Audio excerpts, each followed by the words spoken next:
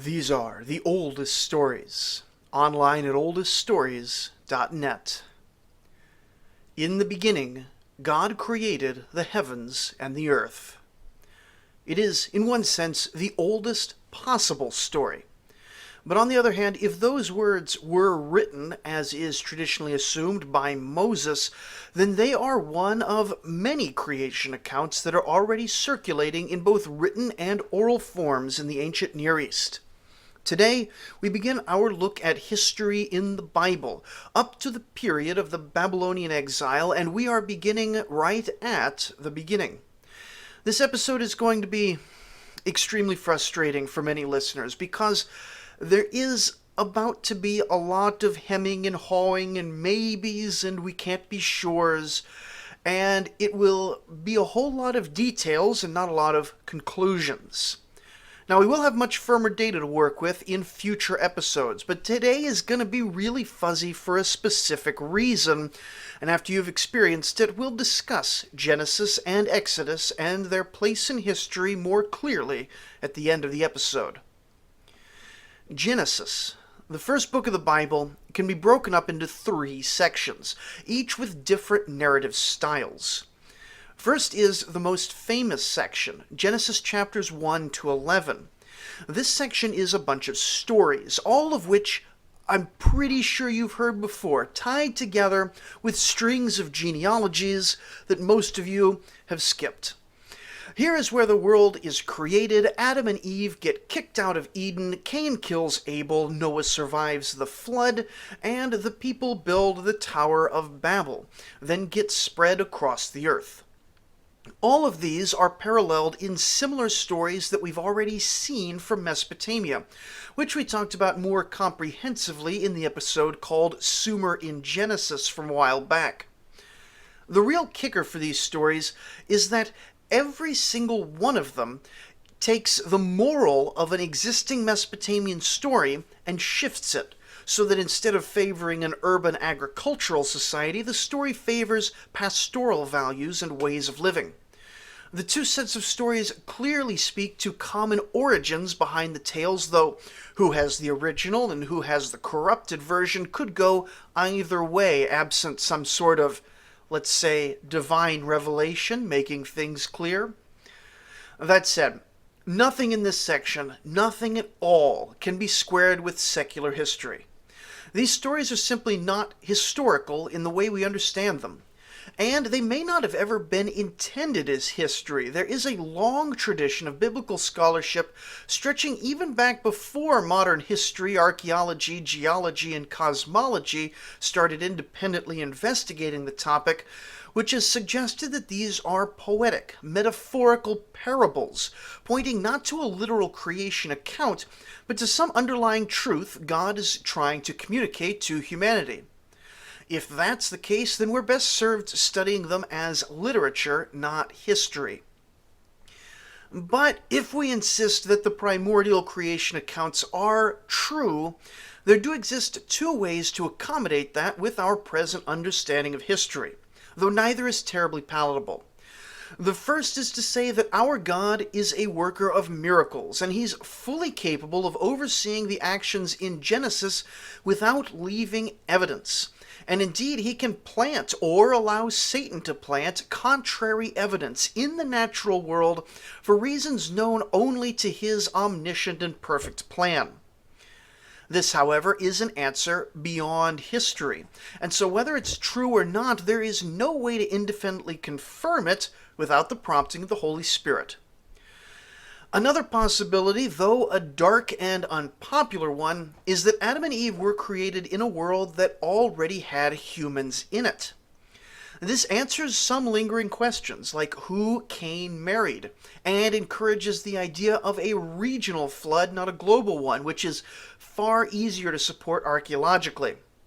However, it opens up some really nasty speculation that people who are not descended from the nations listed in Genesis 11, i.e. most of Africa, Europe, East Asia, and the Americas, have no souls and are merely human-shaped animals lacking the metaphysical image of God. There isn't much to recommend such a solution to the problem of historical Genesis, but it was advocated a few generations ago when attitudes towards the various races were rather different than they are today. As for the genealogies littered throughout the book, they provide no reliable historical information, not even about dates. There are some who claim that these particular genealogies are completely accurate and do not skip any generations. If that's true, it would in fact be the only set of genealogies in the Bible that do not skip generations. It's exceedingly common for genealogical listings in Scripture to skip generations, most famously with Matthew's Gospel listing only 28 generations between Adam and Jesus, skipping many names that we know of from other biblical genealogies. And we can't look to other Near Eastern genealogies either. For all that it's often claimed that genealogies were just super important to the people of the ancient Near East, the genealogical listings that have survived from Mesopotamia and Egypt run the gamut from being literal and confirmable to the last detail, all the way to completely mythological and full of gaps. If all of creation truly is only 6,000 years old, we have nothing outside of genealogical numerology to support that. After the creation accounts, the story of Genesis brings us to Abraham and his line of sons from chapters 12 to 36. This story is also largely outside the realm of history, though for a very different reason. As the patriarch of one among countless pastoral, semi-nomadic, or perhaps sometimes fully nomadic tribes, it would be rather shocking for him to leave any sort of archaeological remains. And with his extremely limited interactions with the major civilizations around him, it would be unusual to see him mentioned at all in the historical record. Even the mentions of Sodom and Gomorrah, whose sites we still don't know for certain, are far from disconfirmatory. We don't know the names of the majority of Bronze Age settlements in Canaan, since many of them were destroyed and others renamed in the chaos of the Bronze Age collapse and the 3,000 subsequent years.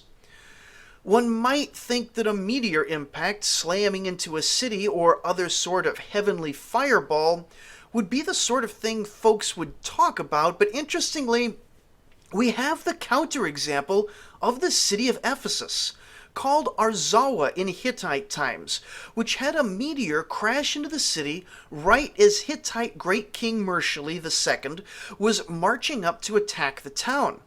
And despite this seemingly remarkable event that appears to have been somewhat destructive enough to let the Great King just sort of march in without too much resistance, we've only actually got one written mention of it in any source, or at least any near contemporary source, and this is only because it happened to involve a great king of the Hittite Empire.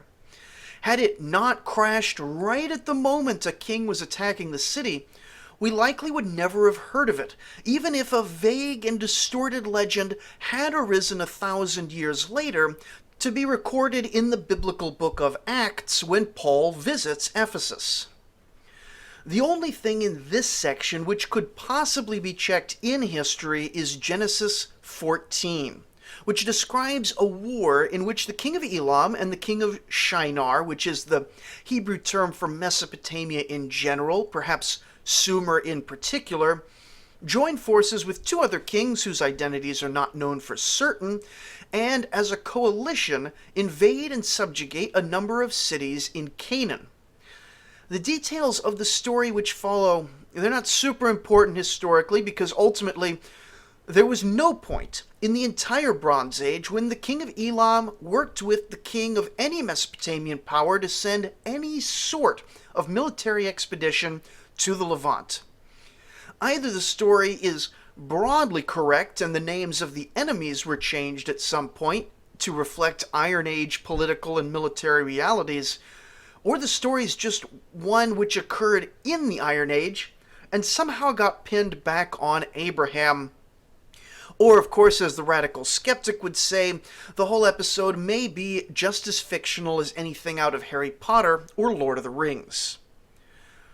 All that said, the general setting of nomadic life in these chapters does generally look like what we think Bronze Age pastoral life looked like. There are scholars who build whole careers out of checking the tiny details, and on the against side is a brief mention that Abraham was given a gift of camels, which weren't domesticated during the period when Abraham was alive. But on the for side is pretty much every other detail. Now, this is less impressive than it sounds to some people. Many of those details would still have been consistent with the nomadic pastoralists in any other future time up to the Babylonian exile. And while the compilers of Genesis would probably have been city-dwelling priests, first in Jerusalem and then in Babylon, there wasn't quite as much distance between the pastoral and urban communities as there is nowadays between, say, a New York City socialite and a Bedouin of the deep desert. But the presence and seeming reliability of those details do give circumstantial support for an underlying historicity to maybe parts of the patriarchal narratives. Anyway, we pass quickly through to Genesis 37, and our historical conclusions so far are pretty weak. If the narrative to this point is literal history, there's not much there to confirm them. If they're metaphor, then applying history at all is like using a hammer to drive in a screw. If the God of Abraham is a God of miracles, there is nothing here that is impossible for him. And if he doesn't exist, then the whole scripture is a catalog of madness and deception in any case. Once we move into Genesis 37, with the story of Joseph of Technicolor coat fame, we finally get into narratives that intersect with known history, and thus we can begin properly applying historical methods to them. Joseph, for those who don't remember, was one of 12 sons, son of Jacob, son of Isaac, son of Abraham. His other brothers were jealous of him and sold him into slavery and told their father that Joseph was dead. That's a great prank, guys. Now, as a slave, he gets taken over to Egypt, where he gets in lady trouble and thrown in jail. In jail, he starts to give prophecies, and finally the king of Egypt hears that there's a guy in the prison who can interpret dreams. Joseph interprets Pharaoh's dream and does such a good job of it that he gets appointed as governor of some province. A bunch of years later, there is a big famine, and by coincidence, he's reunited with his 11 brothers who come live with him down in Egypt, forming the nucleus of the tribe of Israel in Egypt. The story, as we have it today, is obviously composed into a form that we might call novel-like, with attention paid to character development and narrative tension, but composition doesn't make it a fiction. What we would like are some confirming details here, like a record from Egypt of a governor named Jacob, son of Israel. But realistically, the names of even successful governors and records of even multi-year famines are rarely unearthed archaeologically, and both could well have existed without archaeology ever finding trace of it. Of course, the story could be completely fictional, and the fact that the king of Egypt is not only unnamed, but given the title Pharaoh, which would have been much more common in the later Bronze Age, not presumably the Middle Bronze Age, or some say even the early Bronze Age, when Joseph's story should be taking place, this gives us a sense that the story was either transmitted orally enough for the details to get corrupted, or was just composed whole cloth at a later date. But there is something strongly suggestive to the historian in Joseph's tale, something that has even more plausibility to it than much of the later Exodus narratives or early patriarchal tales. You see, we are extremely fuzzy on when exactly Joseph and the older patriarchs are meant to have lived, because, of course, even if Moses was the author of this story, he's writing from a distance of at least a few hundred years in a culture where these stories are mostly transmitted orally, even if they weren't completely illiterate. But over in Egypt, we know that from about 1650 to 1550, the northern part of Egypt was ruled not by native Egyptians, but by a poorly defined and poorly understood group called the Hyksos, in what's usually called the 15th dynasty of Egypt. Now, Egypt is not my specialty. See the excellent Dominic Perry's History of Egypt podcast if you're more interested in that part of the ancient Near East. But there is a lot to suggest that if any part of the Joseph story were true, this would be the right historical period for it to occur in. Now let's go through our story elements here. First, Joseph is sold into slavery by his brothers, which is an ugly little tale, but frankly it's historically plausible in pretty much any ancient era. Similarly, the lady trouble and false accusations, they're a bit lurid, but they're also pretty universally common in human experience. And it seems that ancient Egypt did have limited dungeons for prisoners. Next up, dream interpretation, which was a common form of divination throughout the Near East, and up to this point, pretty much anyone could write this as historical fiction without straining their imagination, even if they're generally familiar with Egypt, even a much later Egypt. But at the point when the Pharaoh not only calls Joseph out of prison, but then also makes him governor over a province, this would be nearly unthinkable for a native Egyptian pharaoh. But if the pharaoh here is a Western Semitic Hyksos person, then it's quite likely that Joseph and the pharaoh share a great deal of cultural connections already. And it's likely that the rapid expansion of the Hyksos invaders into Egypt is creating a number of governmental vacancies, which are always a bit of a struggle for nomadic peoples to fill. This is the sort of situation where a man claiming to be inspired by a familiar god, then having a successful divination section for the king, could well find himself rapidly elevated. Looking more deeply at the affair which got Joseph in trouble in Egypt in the first place, if, as his name suggests, Potiphar, Joseph's slave master, was a native Egyptian official in the Hyksos government, of which there would have been many, then his accusations against a slave would hold a great deal of weight. But that same accusation against a proven diviner would, maybe, in the Hyksos court, count for much less. All of these together turn the tale of Joseph into a remarkable and suddenly maybe more plausible narrative. It is still an unusual set of circumstances, but that's what makes it a fun story. But just because we've decided that this story is not impossible during this particular period of Egyptian history, that doesn't mean we've determined the story of Joseph to be factual history. There are plenty of plausible, yet fully fictitious narratives which have been written in both the ancient and modern worlds.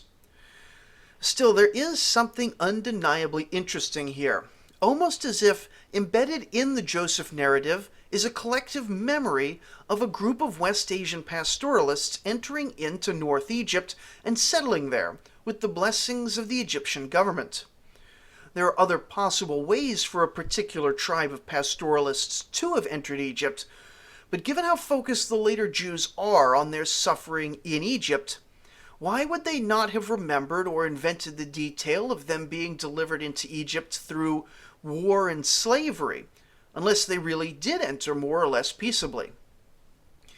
We will see in a bit that whether or not we nowadays believe that the people of Israel ever had an exodus out of Egypt, it's pretty clear throughout the various books of the Bible that they themselves believed that they had an exodus.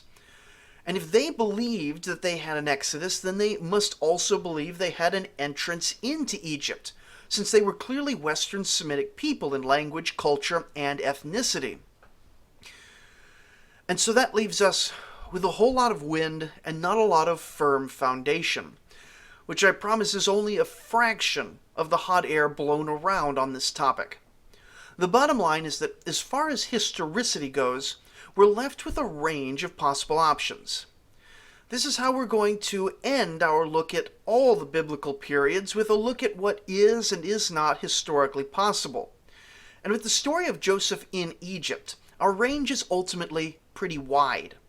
It is possible that the entire story of Joseph happened just as it's written in the Bible, which is kind of amazing given the historical difficulties with the stories that come before and after. Even a secular historian can give credence to the tale, waving the divine hand of God off as mere coincidence, yet leaving the facts of the narrative intact. At the same time, it is possible that the people of Israel were never actually in Egypt and may not have existed as a coherent community, something that we'll look at more in our discussions later. And then it is possible that some middle ground is the truth, that perhaps the Joseph story is the heavily embellished account of a real man, or that the Joseph was crafted as an archetype from the memory of Israel's entry into Egypt, a false person acting as the mascot of a movement of peoples during the Hyksos period of Egypt. History tells us nothing about this tale. Unlike the worldwide flood of Noah or the war of Genesis 14, we cannot point at any part of it and say that this is strictly impossible or even highly unlikely. At the same time, without actually finding some papyrus discussing Governor Joseph, son of Israel, and that would also need pretty great detail to tell us that it's not just a coincidence, history can't really confirm that Joseph existed. For those having trouble with this, read up on the Egyptian story of Sinuhe, spelled Sinuhe, for an example of another similarly well-composed story set in around the same time period, which Egyptologists also debate whether or not is based on a true story. But following the tale of Joseph, we have a pretty abrupt time skip in the narrative. The last line of Genesis 50 reads, "So Joseph died, being 110 years old. They embalmed him, and he was put in a coffin in Egypt." Then Exodus 1 begins with a note that Jacob, Joseph's father, ended his life with 12 sons and 70 total living descendants, and that the people of Israel were fruitful and increased greatly. They multiplied and grew exceedingly strong, so that the land was filled with them. But then right away we get to the heart of the next story. Now there arose a new king over Egypt who did not know Joseph. What this is glossing over is almost certainly the fall of the 15th dynasty and the expulsion of the Hyksos from Egypt. At the end of the second intermediate period of Egyptian history, way down in the southern city of Thebes, a series of native-born Egyptian rulers managed to retake the northern part of the country and reunite Egypt once again. In Egyptian history, this is naturally regarded as a great triumph, but of course this came at the expense of the Western Semitic groups who had conquered the land previously. Now, history books will usually tell you that the Hyksos were at this point defeated and expelled from Egypt. But the realities of ancient conflict are that while rulers may have found some other place to live, or just stopped living altogether, the vast majority of the regular Semitic peoples had nowhere to go, and were likely treated very poorly given how violent, vindictive, and destructive this particular conflict was, on top of just how rough ancient war was in general. The Egyptians destroyed many records and monuments from the Hyksos period, which both shows us their rage and makes it even less likely we'll ever find a record of a Governor Joseph from this period. In this context, it makes a great deal of sense how the people of Israel, now a whole population within Egypt, could go from something like citizen under the Semitic government to slave prisoners of war under the reconquering Egyptian regime. The conditions of slavery are remembered as harsh, and most popularly focuses on the brick making. But there's also a mention of their work in the fields, and most likely the pace of life for the Hebrew slaves was quite similar to that of the poor laborers of the rest of the Near East. The idea that they were in mud pits up to their knees for 50 years at a time is almost certainly incorrect. And it isn't consistent with the biblical texts. It isn't logistically sound, and it isn't how slavery worked in general in this period. The Hebrews, like all other Egyptian slaves, were assigned agricultural work areas, either fields to till or flocks to maintain. Quite possibly the flocks would be more predominant among the Hebrews because they were generally a culturally pastoral people. Either way, from this, they would have been allowed to keep a certain amount for themselves and then had the rest taken, much like taxes, but somehow more oppressive. Then, during certain times a year, they would have been summoned for corvée labor, in which they would build things for the government. Now, this was actually an obligation for all Egyptians, slave and free, though the slaves would presumably be tasked with the less pleasant work and assigned for longer durations. Now, like many of you, my mental picture of the Hebrew captivity is one of Charlton Heston covered in mud. The truth is that those pits would have been only part of the life of the Hebrew slave, and that life in general would have looked very similar for a poor laborer anywhere in the Middle East. Now, the difference, I say again, it's the amount of taxation, the amount of corvée labor, the lack of free choice, and probably various social stigmas and controls. Over 400 years, or however long the captivity period was, they would have been assigned to a wide variety of tasks. Now, not one of these tasks would have involved building pyramids. The Bible never says the Jews built the pyramids, and the pyramids would have been ancient and mysterious even to the Egyptians themselves by this point, having been built a good 1,000 years earlier. But the text does say they built the cities of Pithom and Ramesses, sometimes Pi-Ramesses, which probably means that these were the tasks assigned to them in the generations of Moses and prior. Now, this helps us date the Exodus better than pretty much anything else in the text. Pithom means house of Atum, and actually there were a number of places in Egypt with that name, so it doesn't actually help us all that much. Ramesses, however, is Pi-Ramesses, or the House of Ramses, built by Ramses the Great as the royal capital in the mid-1200s BCE. Now, the detail of Pi-Ramses is interesting, since the site of the city is very close to the old city of Avaris. It makes a lot of sense that if the Hebrews had entered into the general area during the Hyksos period, then they would probably have been in that general area when they were conquered, and then they would stay in that general area during bondage. Had Ramses built his capital somewhere else, he probably would have used some other slave population to do the work, but here he worked with Israelite slaves just because they were in the neighborhood. Similarly, there may be a town called the House of Atum not too far southeast of Pi-Ramesses, though the dating and details on that one are a bit hard to pin down. The towns were not built exclusively by slave labor. It would have been a mix of hired craftsmen, free Egyptians paying their taxes in the form of corvée labor, and, of course, slaves. The bricks, though, that's a job that it would be passed on to the lowest part of society, and thus the picture of Egyptian slavery in the construction of the city of Pi-Ramesses is one that accords quite well with history. Really, given how close things look to what we know of Egyptian slavery in general, our options for this chapter are pretty much either that it generally represents the conditions of the Israelite slaves in this period, or that it's a representation of slaves in general, but that there were no Israelites yet. It was someone else who did all that miserable brickmaking, and the Hebrews took credit for it when writing their mythic history later on. Still, that's a story told mostly in just a few short, not really specific lines. What comes next is the birth narrative of Moses, and it has to be said right at the front that the idea of a baby floating in a basket down a river is one which appears multiple places in Near Eastern and later in Greek literature.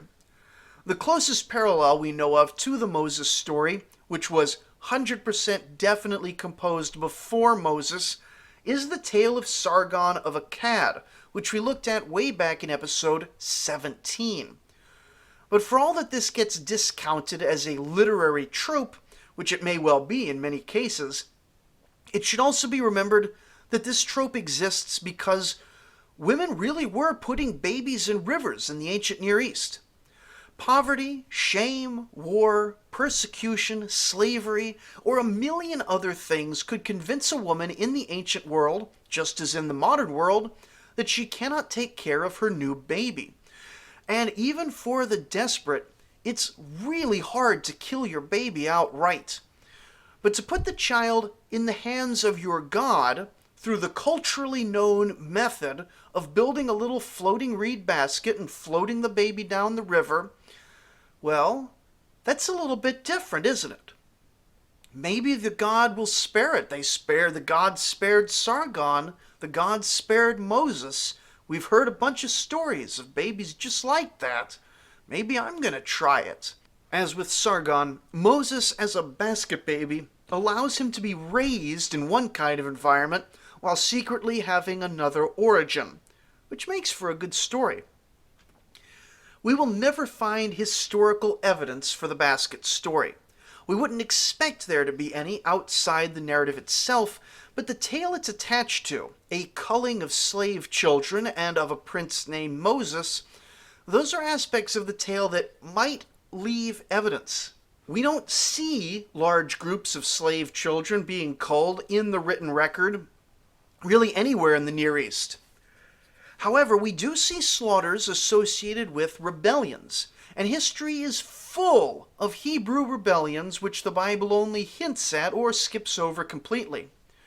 While victories, and sometimes the slaughter following them, are commonly recorded in Near Eastern history, rebellions are much more embarrassing and usually only mentioned when they're significant enough to really challenge a ruling king.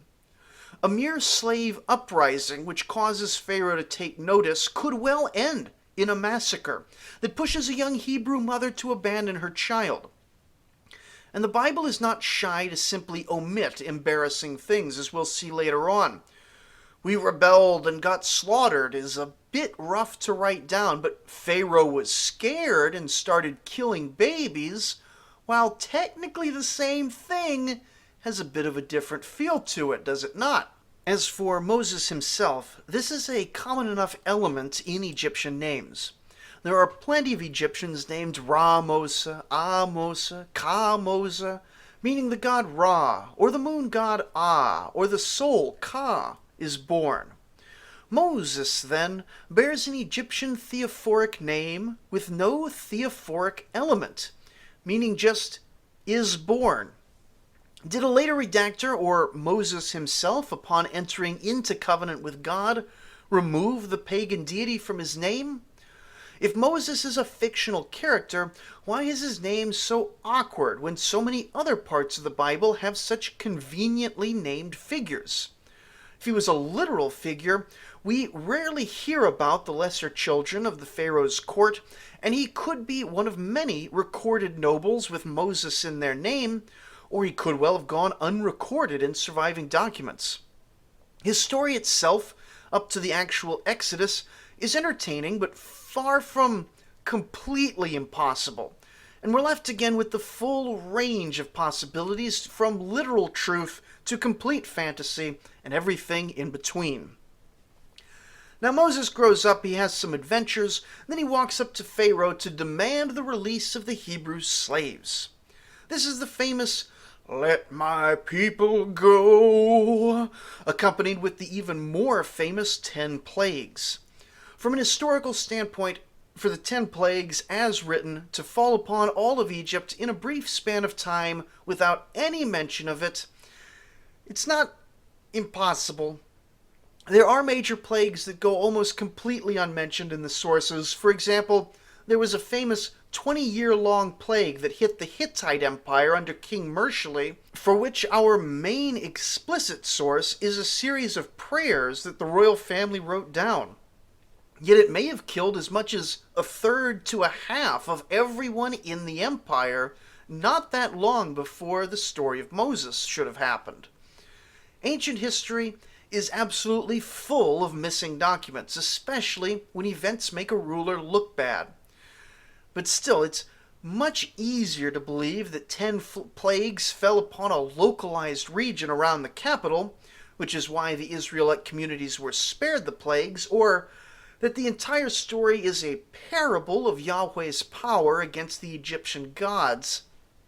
Still, it is entirely possible that the plagues did happen, both in modern times and in the narrative themselves. There are those who hunt for purely secular explanations of all the plagues, using that as an excuse to accept the narrative as true, but to deny the power of the God of Israel. Now, to my ears, these all sound a bit convoluted. It's easier for me to either accept the miraculous power of God, or to simply deny that the narrative and its God are true at all. But smarter people than me have spent a good deal of energy speculating about naturalistic causes for each plague, or all 10 in sequence.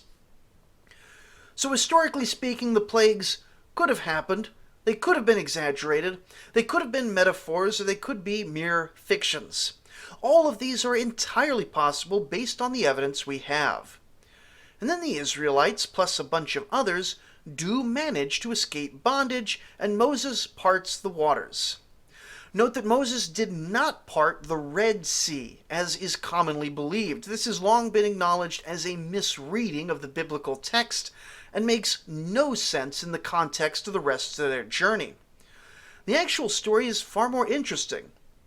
There existed a direct route from Egypt into Canaan, which ran along the Mediterranean coastline.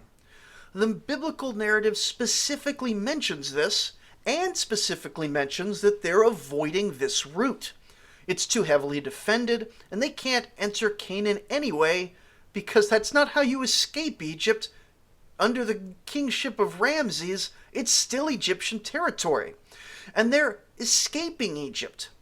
So instead, God commands Moses to camp out by the sea, and gives a bunch of place names, only some of which can be identified confidently nowadays. But of the ones which can be identified, it's clear that God is taking the Exodites somewhere around the south or middle portion of what is today the Suez Canal, and which was in ancient times dotted with large lakes. Between the large lakes, at the natural choke points, were a series of Egyptian fortresses. Hence the miracle of parting the waters. By passing straight through a lake, the people of Israel could bypass the network of fortresses at the Egyptian border and make good their escape into the wilderness. Much like the preceding narratives, we don't have a shred of direct evidence to prove a single thing in this story. For a person who wants these stories to be true, there are a million bits of detail, like Moses' name, or the names of listed cities, or the cultural practices unique to the Hyksos era, all of which seem suggestive. If it had been written nowadays, we might say that the author had really done their homework to make the setting come alive authentically. But given the age with which the first versions of these stories may have been written, it suggests a more direct connection, maybe even a core of truth. For a person who does not want these stories to be true, it's very easy to point out the utter lack of direct confirmation, and no amount of circumstantial evidence or protests that we wouldn't generally expect that much direct confirmation for most of this can or should ever break through a stone wall of skepticism. When approaching the question of where history starts in the Bible, we love to jump straight in with our own personal bookmarks.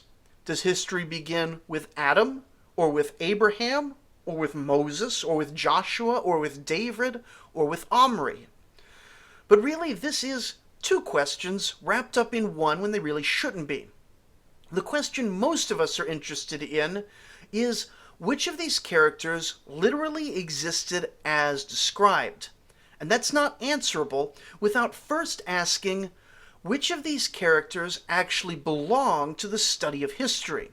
Which of these can be confirmed with an assortment of evidence? The answer to that, in the current state of archaeology, is that nothing that I've discussed today is historical.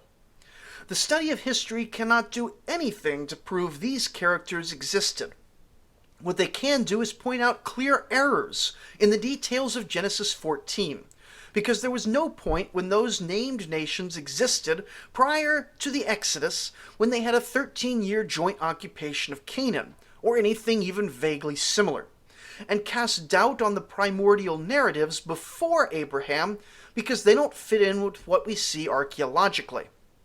Beyond that, we have no answers, at least not in history. Now, your answer can be informed also by faith, or the lack thereof. But pretty much everything today that we're talking about is outside of history, which I could have stated in a short paragraph there before skipping Genesis and Exodus entirely, but I think it's valuable to look at this anyway, because many people do skip over this, saying it isn't historical, it can't be proven, and so there's no reason at all to think it's true.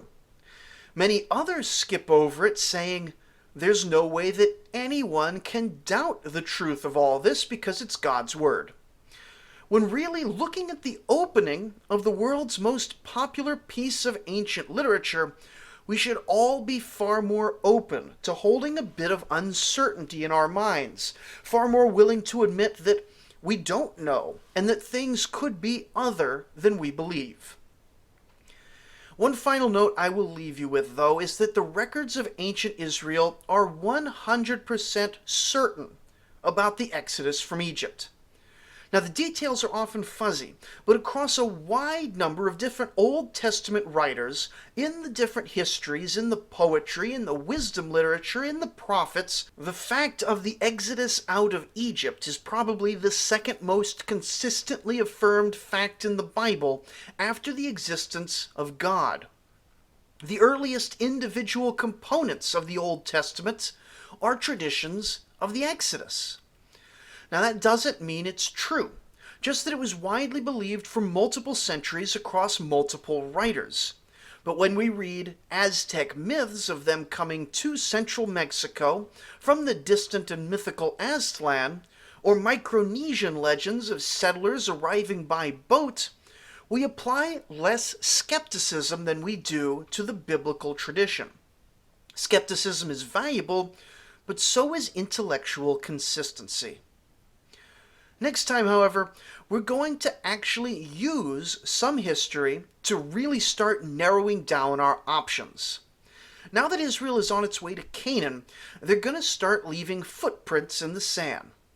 These are going to be thin at first, and there will still be a range of possible interpretive options, but those options are going to have a lot more possibility for harmonization than most people realize. So join us next time as we lament the depths of biblical innumeracy and have a fun chat about Canaanite genocide. Thank you for listening.